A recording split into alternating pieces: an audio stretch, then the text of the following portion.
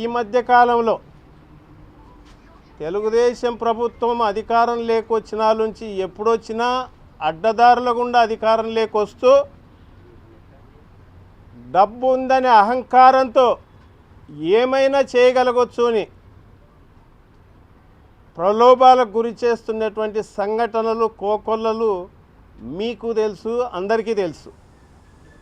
ఇక వ్యక్తిగతంగా నా విషయానికి వస్తే నేను దరిదాపుగా 94 నుంచి ప్రత్యక్ష రాజకీయాల్లో ఉన్నటువంటి వ్యక్తిని. 94 నుంచి ఎక్కడ కూడా అంటే దరిదాపుగా ఈ 30 సంవత్సరాల రాజకీయ జీవితంలో ఎక్కడ కూడా ఒక మచ్చ లేకుండా వచ్చినటువంటి వ్యక్తిని.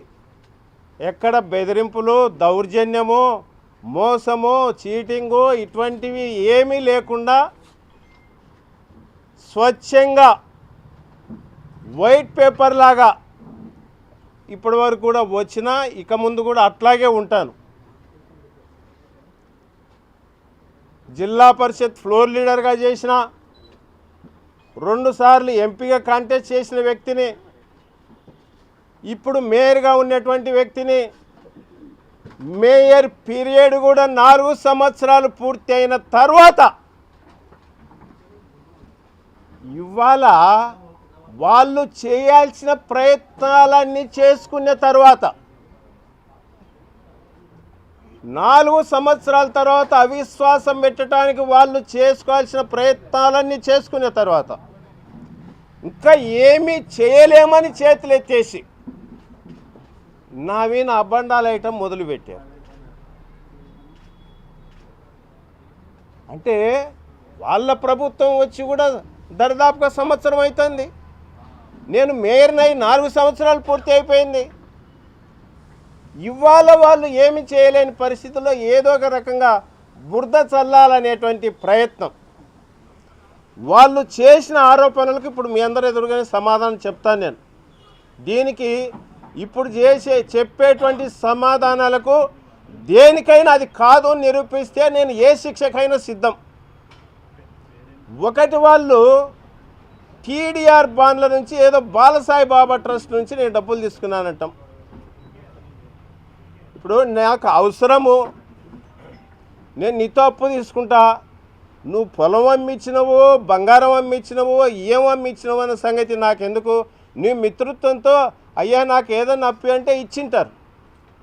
అసలు టీడీఆర్ బాండ్లకు నాకు ఎటువంటి సంబంధం లేదు. ఏం సంబంధం ఉండగా నిరూపించండి. టీడీఆర్ బాండ్లు కరెక్ట్గా ఉన్నాయా లేదా, కరెక్ట్గానే ఇచ్చినారా లేదా, లేకపోతే దాంట్లో ఏమైనా అవినీతి జరిగిందా నిగ్గదేల్చండి. అది తెలుసండి తప్ప నేనేదో ప్రైవేట్ వ్యక్తి నుంచి అప్పు తీసుకుంటే దానికి దీనికి లింక్ పెట్టి ఆయన టీడీఆర్ బాండ్ల నుంచి తీసుకొని ఇచ్చినాడు, పొలం అమ్మి ఇచ్చినాడు, బంగారం అమ్మి ఇచ్చినాడు, ఇండ్లు తాకట్టు పెట్టి ఇచ్చినాడు, ఏమి ఇచ్చినాడో అది ప్రైవేట్ వ్యవహారం. నేను అప్పు తీసుకునేటువంటి పరిస్థితి. ఆ అప్పు కూడా ఎవరన్నా లంచం ఇచ్చేవాడు చెక్కు రూపంలో ఇస్తాడేమో, ఇది ఎక్కడన్నా ఉండిందే? అప్పు కాబట్టి డైరెక్టు చెక్కు రూపంలో తీసుకున్నా నేను.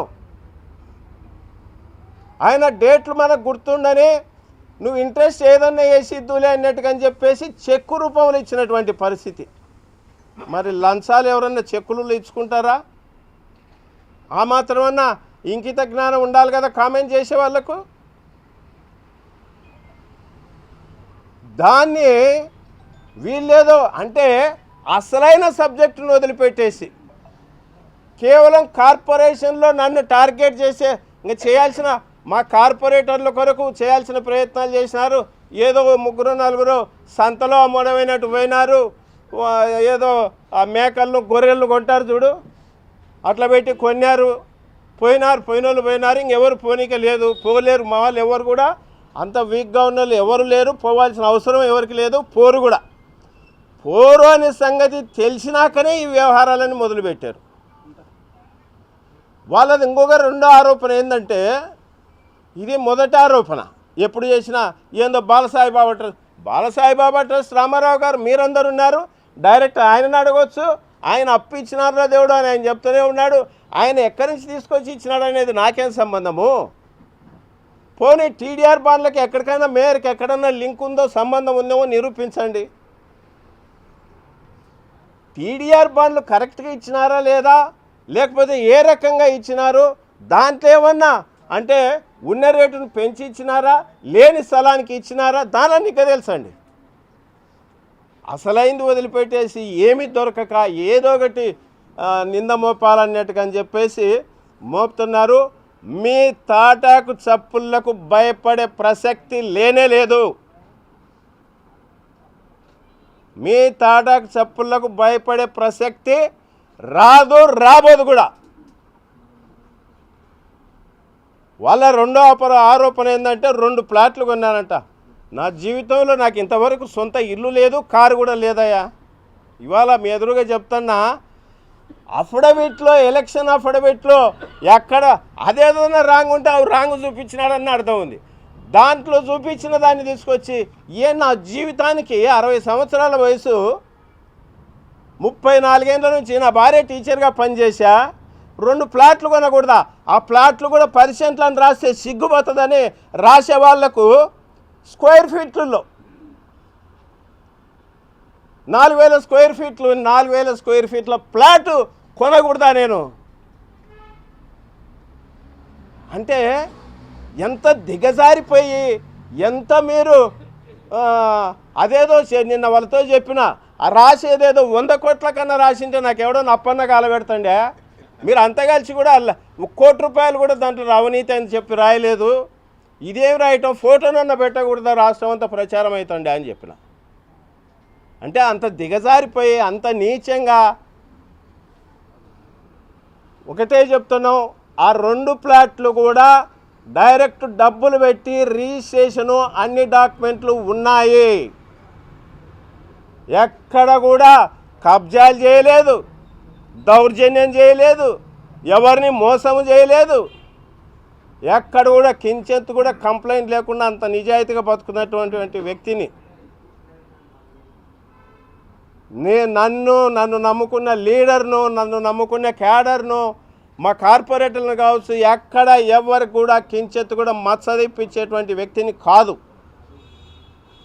ఇవాళ మీరేదో భయపెట్టి, లేదంటే మీరేదో నవీన అవినీతి నిందలో ఇంకోటో చూపించి నా గురించి మాట్లాడేటువంటి వేదోలకు ఇవాళ చెప్తున్నా, నేనేమిటికైనా సిద్ధం. ఆయన తెలుగుదేశం నాయకుడు మాట్లాడతాడు, ఒక కార్పొరేటర్ కూడా గెలిచి ఎరగాడు, నిలబడి ఎరగాడు. నువ్వు నెల్లూరు నుంచి బట్టలమ్మకనికి వచ్చినవి, నీ ఆస్తి ఏంది, మా ఆస్తి ఏంది? ఇక్కడ పుట్టి పెరిగిన వాళ్ళము. నేను ఇంజనీరింగ్ చదువుకున్నా, రియల్ ఎస్టేట్ బిజినెస్ చేసిన, గురుగింజ సామెతలాగా నువ్వు మాట్లాడితేట. మీరు రోడ్లను కూడా కబ్జాలు చేసి అమ్ముకునేటువంటి బతుకులు మీవి. ఇంకొకసారి మాట్లాడితే ఖబర్దార్ చెప్తానా నేను. వైఎస్ఆర్సీ పార్టీ కొరకు వాళ్ళు రెడ్ బుక్ రాజ్యాంగం ఏదైతే ఉందో మాకు అవకాశం వస్తుంది. వైఎస్ఆర్సీ పార్టీ కార్యకర్తలు, నాయకులు తెగించడానికి కూడా సిద్ధంగా ఉన్నారు. అందులో మొదటి వ్యక్తి నేనే. నేను చావటానికైనా సిద్ధం, ఆ పని చేయటానికి కూడా సిద్ధం.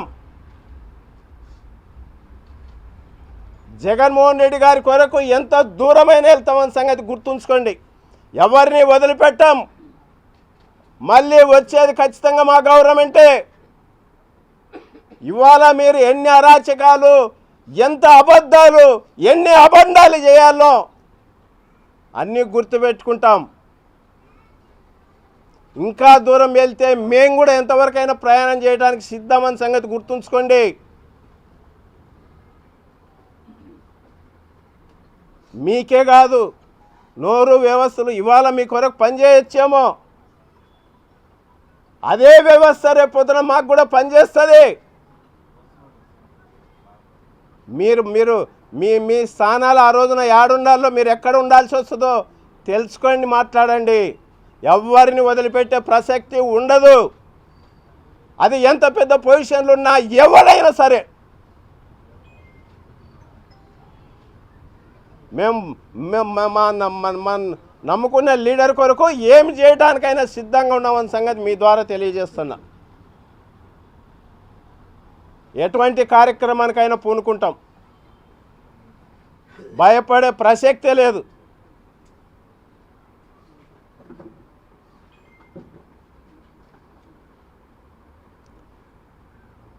రెడ్ బుక్ రాజ్యాంగాన్ని ఖచ్చితంగా చెప్తున్నాం. ఆయన పదే పదే అంటున్నాడు, దానికి ఎదురు తిరిగే రోజు దగ్గరలోనే ఉంది. ఖచ్చితంగా మీరు ఎన్ని కేసులు పెట్టుకుంటారో, ఎన్ని అరాచకాలు చేస్తారో మీ బుద్ధి పెట్టానే చేసుకోండి తప్ప ఖచ్చితంగా తొందరలోనే ఈ రెడ్ బుక్ రాజ్యాంగానికి వ్యతిరేకంగా ఎదురు తిరిగే పరిస్థితులు దగ్గరనే ఉన్నాయని సంగతి మీ ద్వారా తెలియజేస్తున్నా. దాని సంగతి కూడా తేల్చడానికి మేము సిద్ధం. వెనకడిగేసే ప్రసక్తి లేదు, భయపడే ప్రసక్తి లేదు.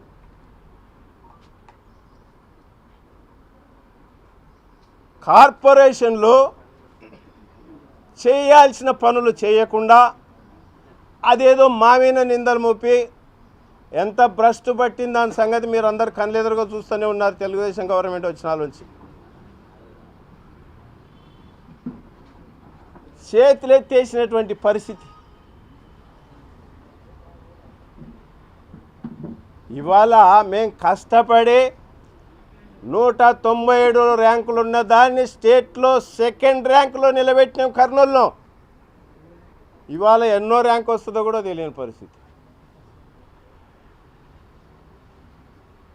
చేయాల్సినవి చేయకుండా డబ్బు ఉంది కదా అని తెలుగుదేశం పార్టీ మొదటి నుంచి కూడా అంటే ప్రజాస్వామ్యబద్ధకంగా కాకుండా అప్రజాస్వామ్యబద్ధకంగా ఒక పార్టీలో గెలిచిన డబ్బుతో కొని ఇవతలికి లాక్కోవటం అనేది సంతలో పశువుల కంటే హీనంగా డబ్బు బేరం పెట్టి ఇవాళ కొనటానికి చేయాల్సిన ప్రయత్నాలను చేసినారు. ఇంకా కాకనే ఈ రకమైనటువంటి పరిస్థితులు మొదలుపెట్టారు. మీ యొక్క దీనికి ఫుల్ స్టాప్ పెట్టాల్సిందే. పెట్టకపోతే ఇంకా ఇబ్బందులు ఎదుర్కొంటారు, ఇంకా చాలా మాట్లాడాల్సి వస్తుంది. మేము తెగించినాం, అన్నిటికీ సిద్ధం, ఇంకా మాట్లాడాల్సి వస్తుంది. జాగ్రత్తగా ఉండండి అని చెప్పి హెచ్చరిస్తాను.